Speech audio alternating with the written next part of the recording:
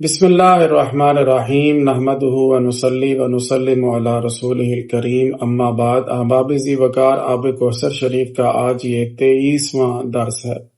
آج آپ کو اس مبارک کتاب سے ایک واقعہ سنانا ہے جس سے یہ ظاہر ہوگا کہ حضور نبی رحمت صلی اللہ تعالی علیہ وآلہ وسلم اپنے محبین پر کس طرح سے کرم فرماتے ہیں، اور جو آپ صلی اللہ تعالی علیہ وآلہ وسلم کی ذات گرامی پر کثرت سے درود پاک پڑھتے ہیں، ان کے کام کس طرح سے غیب سے بنتے ہیں۔ ساتھ ہی ساتھ حضور نبی رحمت صلی اللہ تعالی علیہ وآلہ وسلم اپنے مزار مقدس میں رہتے ہوئے کس طرح سے دنیا کے معاملات سے واقف اور آگاہ ہیں، اور جو کوئی بھی ہو جہاں کہیں بھی ہو حضور نبی رحمت صلی اللہ علیہ وآلہ وسلم کو یاد کرے، آپ صلی اللہ علیہ وآلہ وسلم کی رحمت سے حصہ پاتا ہے۔ وہ کسی شاعر نے کتنی پیاری بات کہی کہ کرم سب پر ہے، کوئی ہو کہیں ہو تم ایسے رحمت للعالمین ہو۔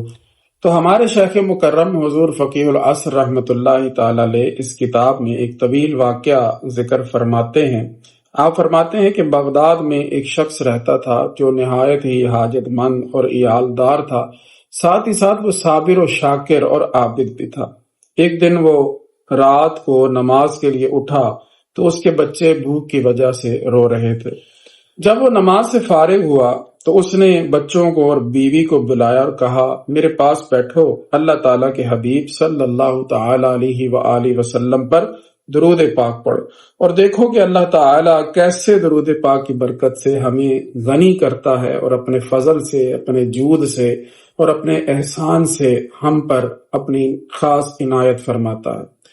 لہذا وہ سب بیٹھ گئے اور انہوں نے درود پاک پڑھنا شروع کر دیا۔ درود پاک پڑھتے پڑھتے بچے تو سو گئے، اور اللہ تعالیٰ نے اس مرد صالح پر بھی نیند طاری کر دی۔ جب آنکھ سو گئی تو قسمت جاگ اٹھی، اور وہ شاہ کونین صلی اللہ تعالی علیہ وآلہ وسلم کے دیدار کی دولت سے مشرف ہوا۔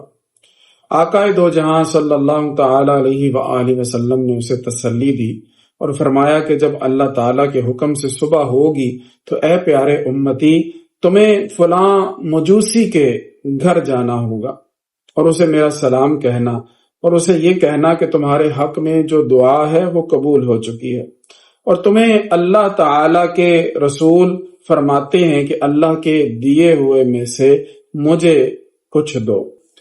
یہ فرما کر رسول مکرم صلی اللہ تعالی علیہ وآلہ وسلم تشریف لے گئے، اور وہ مرد صالح بیدار ہوا تو مسرت و شادمانی انتہا کو پہنچی ہوئی تھی، لیکن اس نے دل میں سوچا کہ جس نے خواب میں حضور صلی اللہ تعالی علیہ وآلہ وسلم کو دیکھا، اس نے الحق حضور صلی اللہ علیہ وآلہ وسلم کو ہی دیکھا، کیونکہ شیطان العیاذ باللہ حضور صلی اللہ تعالی علیہ وآلہ وسلم کی صورت مبارک میں نہیں آ سکتا۔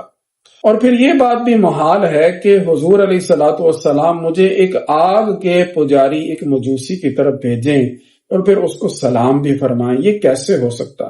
وہ پھر سو گیا تو پھر قسمت کا ستارہ چمکا، اور پھر نبی کریم علیہ الصلوۃ والسلام نے وہی حکم ارشاد فرمایا۔ جب صبح ہوئی تو پوچھتا پچھاتا وہ مجوسی کے گھر پہنچ گیا۔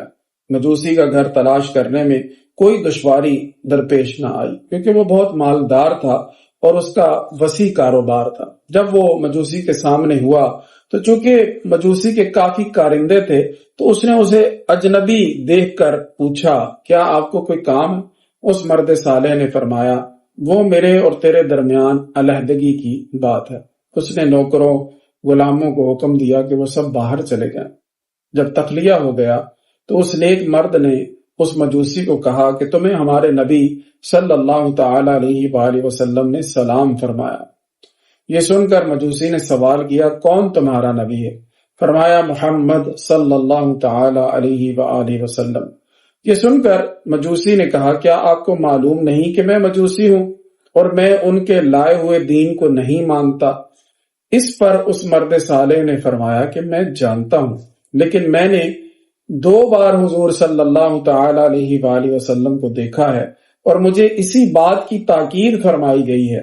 یہ سن کر مجوسی نے اللہ تعالیٰ کی قسم دلائی کہ کیا واقعی تمہیں تمہارے نبی نے بھیجا ہے؟ اس نے کہا، اللہ تعالیٰ اس بات پر گواہ ہے اور مجھے یہی فرمایا گیا ہے۔ پھر مجوسی نے پوچھا اور کیا کہا ہے؟ اس نیک مرد نے کہا حضور صلی اللہ تعالی علیہ وآلہ وسلم نے مزید یہ فرمایا ہے کہ تو اللہ تعالی کے دیے ہوئے میں سے مجھے کچھ دے، اور یہ کہ تمہارے حق میں دعا قبول ہے۔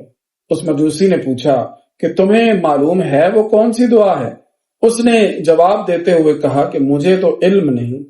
پھر مجوسی نے کہا میرے ساتھ اندر آؤ، میں تمہیں بتاؤں وہ کون سی دعا ہے۔ جب میں اندر گیا اور ہم بیٹھے تو مجوسی نے کہا کہ آپ اپنا ہاتھ بڑھائیں تاکہ میں آپ کے ہاتھ پر اسلام قبول کروں، اور اس نے ہاتھ پکڑ کر کہا اشہد اللہ الہ الا اللہ واشہد ان محمد رسول اللہ صلی اللہ تعالی علیہ وسلم۔ اسلام قبول کر لینے کے بعد اس نے اپنے ہم نشینوں کو اور کارندوں کو بلا کر کہا سن لو، میں گمراہی میں تھا، اللہ تعالیٰ نے مجھے ہدایت دی ہے، میں نے ہدایت قبول کر لی اور میں نے تصدیق کی اور میں ایمان لایا ہوں اللہ تعالی سبحانہ پر اور اس کے نبی محمد مصطفیٰ صلی اللہ تعالی علیہ وآلہ وسلم پر، لہٰذا تم میں سے جو ایمان لے آئے اس کے پاس جو میرا مال ہے وہ اس پر حلال ہے، اور جو ایمان نہ لائے وہ میرا مال بھی واپس کر دے اور آئندہ نہ وہ مجھے دیکھے نہ میں اسے دیکھوں۔ تو چونکہ اس کے مال سے کافی مخلوق تجارت کرتی تھی، اس کے اس اعلان سے اکثر ان میں سے ایمان لے آئے، اور جو ایمان نہ لائے وہ اس کا مال واپس کر کے چلے گئے۔ پھر اس نے اپنے بیٹے کو بلایا اور فرمایا بیٹا میں نے اسلام قبول کر لیا ہے، لہٰذا اگر تو بھی اسلام قبول کر لے تو میرا بیٹا اور میں تیرا باپ ہوں، ورنہ آج سے نہ تو میرا بیٹا اور نہ میں تیرا باپ۔ یہ سن کر بیٹے نے کہا ابا جان، جو آپ نے راستہ اختیار کیا ہے میں اس کی مخالفت ہرگز نہیں کروں گا، لیجئے آپ سن لیجئے اشہد اللہ الہ الا اللہ و اشہد ان محمد رسول اللہ صلی اللہ علیہ وسلم۔ پھر اس نے اپنی بیٹی کو بلایا اور اس سے بھی وہی کچھ کہا جو اس نے اپنے بیٹے سے کہا تھا، تو بیٹی نے بھی اسلام قبول کر لیا۔ یہ سن کر باپ بہت خوش ہوا۔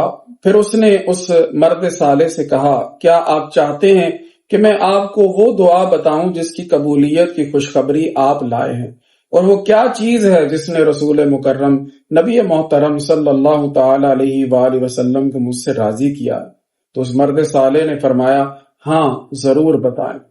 اس نے کہا کہ جب میں نے اپنی بیٹی اور بیٹے کی شادی کی تو میں نے عام دعوت کی تھی، سب لوگوں کو کھانا کھلاتا رہا، حتیٰ کہ کیا شہری کیا دیہاتی سب کھا گئے۔ جب سب کھا کر فارغ ہو کر چلے گئے تو میں تھک کر چور ہو چکا تھا۔ میں نے مکان کی چھت پر بستر لگوایا تاکہ آرام کروں، اور میرے پڑوس میں ایک سید زادی جو کہ سیدنا امام حسن رضی اللہ تعالیٰ عنہ کی اولاد میں سے ہے، اور اس کی چھوٹی چھوٹی بچیاں رہتی تھیں۔ جب میں اوپر لیٹا تو میں نے ایک صاحبزادی سے سنا، وہ اپنی والدہ محترمہ سے کہہ رہی تھی امی جان آپ نے دیکھا ہمارے پڑوسی مجوسی نے کیا کیا؟ ہمارا اس نے دل دکھایا ہے، سب کو کھلایا مگر ہمیں اس نے پوچھا تک نہیں۔ اللہ تعالیٰ اسے ہماری طرف سے اچھی جزا نہ دے۔ جب میں نے اس شہزادی سے یہ بات سنی تو میرا دل پھٹ گیا اور مجھے سخت کوفت ہوئی کہ میں نے ایسا کیوں کیا۔ میں جلدی سے نیچے اترا اور پوچھا کہ یہ کتنی شہزادیاں ہیں؟ تو مجھے بتایا گیا کہ 3 شہزادیاں ہیں اور ایک ان کی والدہ محترمہ ہے۔ میں نے کھانا چنا اور 4 بہترین جوڑے کپڑوں کے لیے کچھ نقدی رکھ کر نوکرانی کے ہاتھ ان کے گھر بھیجا، اور خود میں دوبارہ مکان کی چھت پر چڑھ کر بیٹھ گیا۔ جب وہ چیزیں جو میں نے حاضر کی تھی ان کے ہاں پہنچی تو وہ بہت خوش ہوئیں، اور شہزادیوں نے کہا امی جان ہم کیسے یہ کھانا کھا لیں، حالانکہ بھیجنے والا مجوسی ہے۔ یہ سن کر ان شہزادیوں کی والدہ محترمہ نے فرمایا بیٹی یہ اللہ تعالیٰ کا رزق ہے، اس نے بھیجا ہے۔ تو شہزادیوں نے کہا ہمارا مطلب یہ نہیں ہے، بلکہ ہمارا مطلب یہ ہے کہ ہم اس کھانے کو ہرگز نہیں کھا سکتی جب تک کہ وہ مجوسی ہے، پہلے اس کے لیے اپنے نانا جان کی شفاعت سے اس کے مسلمان ہونے اور اس کے جنتی ہونے کی اللہ تعالیٰ سے دعا کرے۔ ان شہزادیوں نے دعا کرنا شروع کی اور ان کی والدہ محترمہ آمین کہتی رہی۔ لہٰذا یہ وہ دعا ہے جس کی قبولیت کی بشارت حبیب خدا صلی اللہ تعالی علیہ وآلہ وسلم نے تمہارے ہاتھ بھیجی ہے۔ اب چونکہ ہم مسلمان ہو گئے ہیں اور ان کا نکاح نہیں رہا، اب وہ مال جو ان کو دیا تھا وہ آپ لے جائیں۔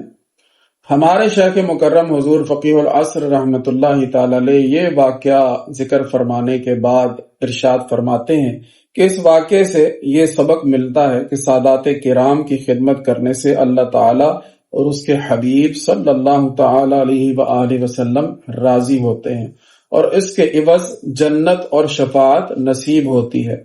اور دوسرا یہ کہ نبی مکرم شفیع اعظم صلی اللہ تعالی علیہ وآلہ وسلم اپنی امت کے ہر فرد سے باذن اللہ واقف ہیں، صلی اللہ تعالی علی حبیبہ سیدنا محمد وآلہ وسلم۔ یہاں ایک سوال یہ پیدا ہوتا ہے کہ حضور نبی رحمت صلی اللہ تعالی علیہ وآلہ وسلم کی شریعت مطہرہ کا قانون ہے کہ غیر مسلم کو سلام نہ کیا جائے، تو خود حضور صلی اللہ تعالی علیہ وآلہ وسلم نے پھر اس مجوسی کو کیوں سلام فرمایا تھا؟